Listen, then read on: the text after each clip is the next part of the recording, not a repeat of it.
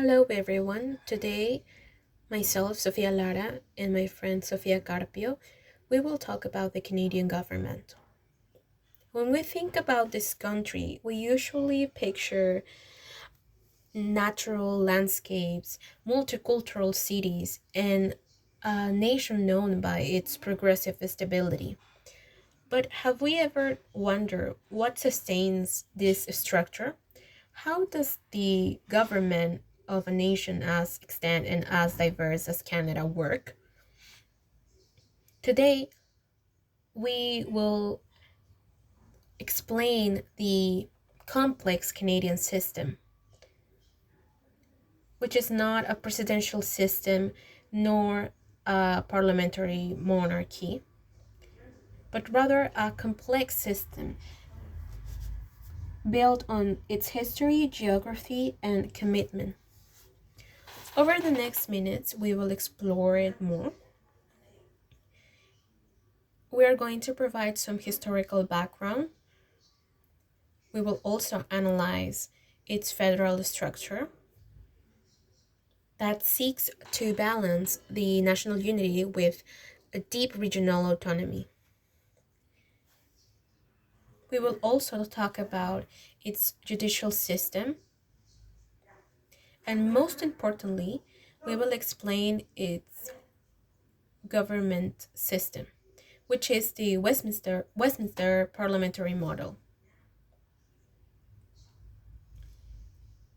We will explain the division of powers, the role of the monarchy, and how the voices of the people influence the parliament.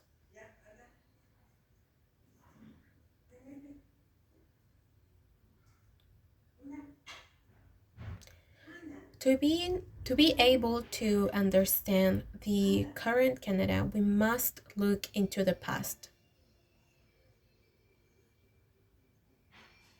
The roots of this country start in the 17th century.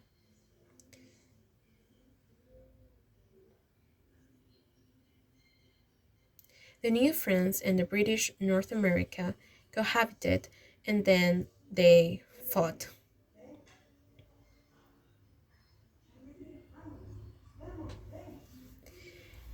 In 1973, the war ended with the Treaty of Paris, and France left most of its territories to the British control.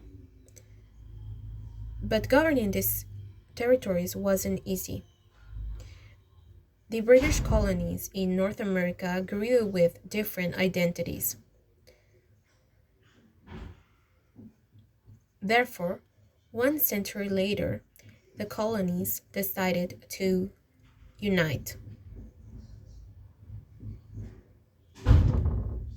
That is when the Confederation of Canada was born in 1967,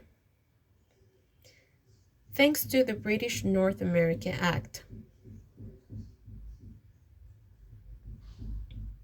It's very important to understand that this wasn't an independency, but the creation of an autonomous dominion. The main provinces were Ontario, Quebec, New Brunswick, and New Scotland. Over the next century, Canada grew in size.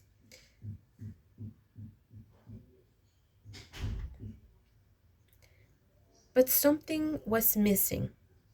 Legally, Canada couldn't modify its own constitution without the authorization of the British Parliament. This last link was cut in 1982, thanks to the Canada Act. The country decided to be independent. That means that Canada finally had total control over its own laws.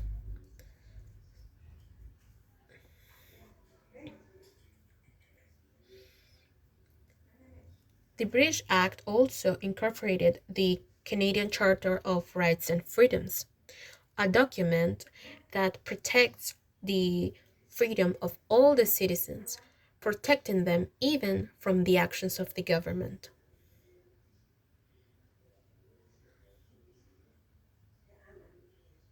Now we will talk about the Canadian federalism, which means unity in diversity.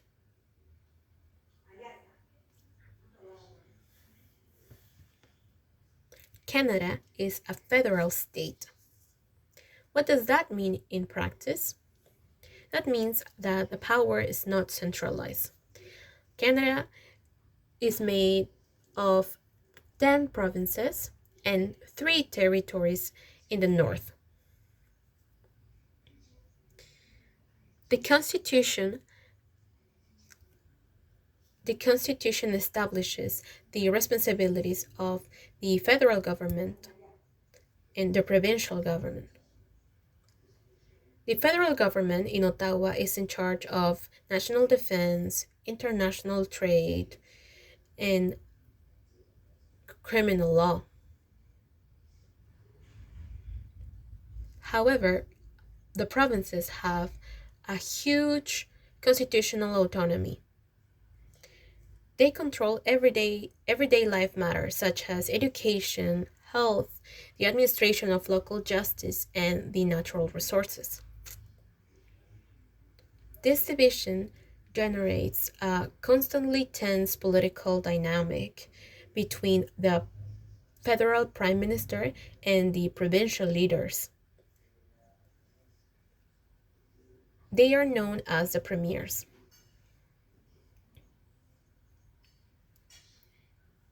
One perfect example of the flexibility of this system is Quebec. Quebec has a unique cultural and linguistic identity. It's the only province in which French is the official language. The Canadian federalism had to constantly adapt to recognize and protect this uniqueness, showing that national unity doesn't mean zero diversity.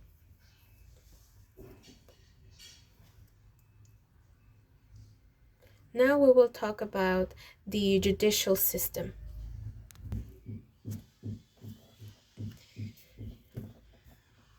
The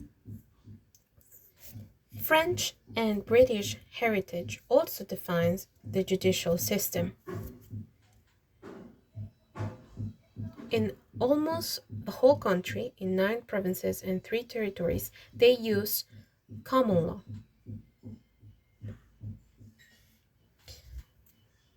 Common law is part of the British heritage. In common law, the judicial precedents play a key role when interpreting laws.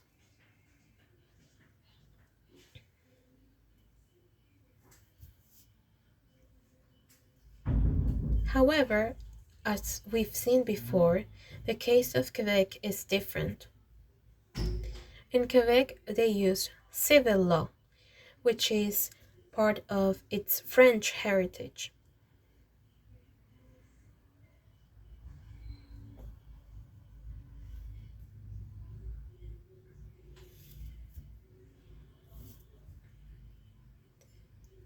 Civil law is based on written legal codes that establish the principles and rules of the country. The judges apply the code instead of revising the judicial precedents. This diversity is a direct consequence of the history of this country. When the British Kingdom took control of Quebec, they allowed the people to preserve its judicial system.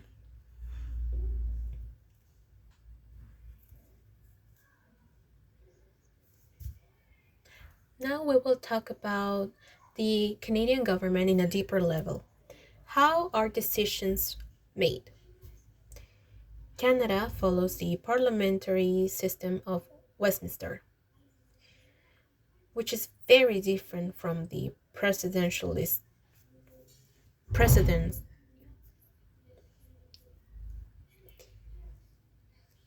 In a presidential system, there is a very strict division of powers. the president is very different for from the legislative power. But in Canada, the case is very different because they combine the executive and the legislative power. Let me explain it a little bit more. In Canada, the legislative power is represented by the Parliament. The executive power, meaning the Prime Minister and its ministers, are members of the Parliament. The Prime Minister is an elected member of the House of Commons. That means that he governs from inside the legislative power. But where does that leave the system of checks and balances? The main mechanism of control in Canada is the vote of confidence. That means that the executive power can only govern as long as they maintain the support and confidence of the House of Commons. For example, if the government loses a key vote or if the opposition presents a vote of no confidence, that means that the government lose the support and confidence of the House. In that case, the Prime Minister only has two options. The first one is to quit, allowing another party to form government. And the second option is to ask the Governor General to dissolve the Parliament and call for elections. This system creates a powerful executive power when absolute majority, but it also holds it accountable to the legislation. A prime minister can be dismissed by the parliament at any moment. Since we've talked about the prime minister and the parliament, we must define who is who in this structure. Officially, Canada is a constitutional monarchy. Its head of state is not a president, but rather the monarch of Great Britain, which is King Charles. It's important to understand that this role is purely symbolic and constitutional. The king does not hold any real political power over Canada. In fact, legally, he is the King of Canada, which is a totally different title from its title as King of Great Britain. Canada is part of the Commonwealth. In the everyday life, the king is represented in Canada by the Governor General. This person is always a Canadian distinguished person appointed by the king under the advice of the Prime Minister. The Governor General can pass laws, but it's purely a formality. And most importantly, he can dissolve formally the parliament to call elections if the Prime Minister asks him to do it. Now, let's talk about the Prime Minister. The Prime Minister is the head of government. He is the most powerful political figure in the country. The Prime Minister leads the national politics along with his cabinet. The Prime Minister establishes the political agenda, implements laws, and leads the public administration of the country. Regarding the legislative power, this body is in charge to pass and create laws. In Canada, it is represented by the Parliament that has two houses. The first one is the House of Commons, and the second one is the Senate. The House of Commons is the key house. Its members, the members of the parliament, are directly elected by the citizens in the federal elections. In this house, they debate about politics, they can pass laws, and is in this place in which the government has to maintain the support and confidence to survive. However, in the upper house, the Senate, this is very different because the senators are not elected. They are appointed by the Governor General, who follows strictly the advice of the Prime Minister. They are in charge of revising the legislation approved already by the House of Commons.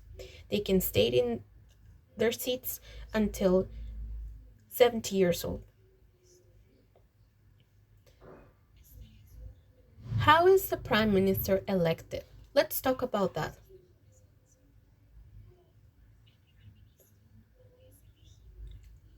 The Prime Minister is not directly elected by its citizens. Canadian people vote for a member of parliament in its local electoral district. This is known as riding. Therefore, Canada uses an electoral system known as first past the post. That means that the candidate that obtains most votes wins the seat. Once all the members of the House of Commons are elected, the leader of the party with the majority of seats becomes constitutionally the Prime Minister to form part of the government.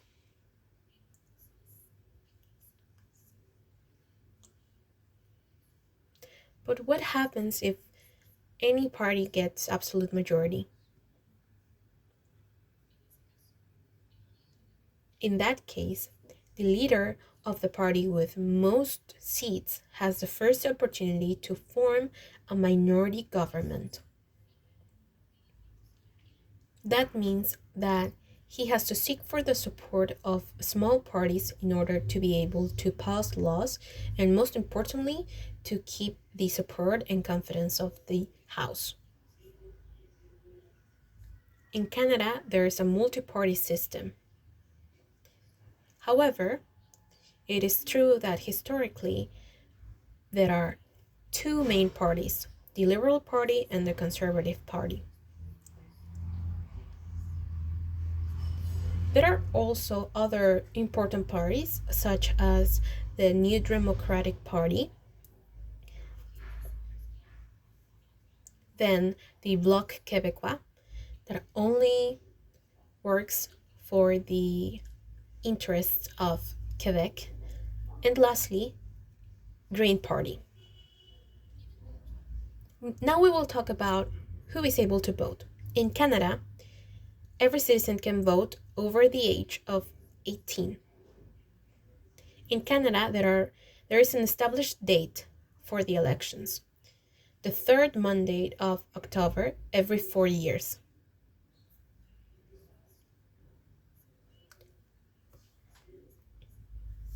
However, the Governor General can call snap elections before the established date if the government loses a vote of confidence.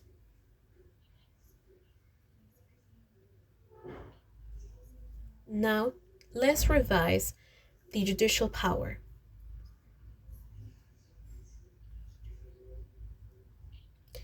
The judicial power remains independent from the other powers. Its function is to interpret laws and guarantee its implementation according to the Constitution. The judicial structure is a hierarchy. At the bottom is the provincial and territorial administrative tribunals. On top of them, there are the provincial and territorial courts and the provincial and territorial superior courts. There are also federal courts specialized in migration and federal taxes. At the top of the hierarchy is the Supreme Court of Canada.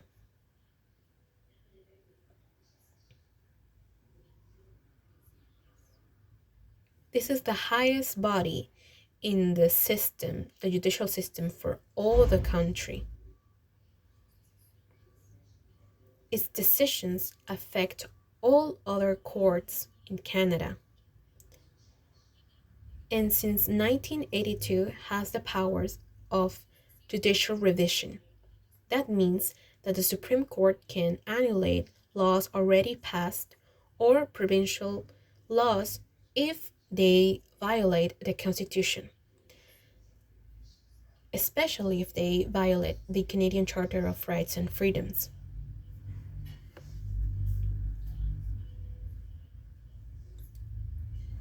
Therefore, the Supreme Court is the ultimate referee in the system.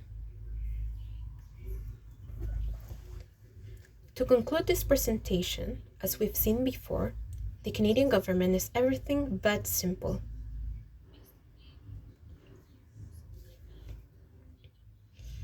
It's also a constitutional monarchy in which the power relies on the prime minister who is elected by the citizens. Canada is a federal state that constantly balances the demands of its provinces with the need of national unity. In Canada, they practice both common law and civil law, which reflects its double heritage.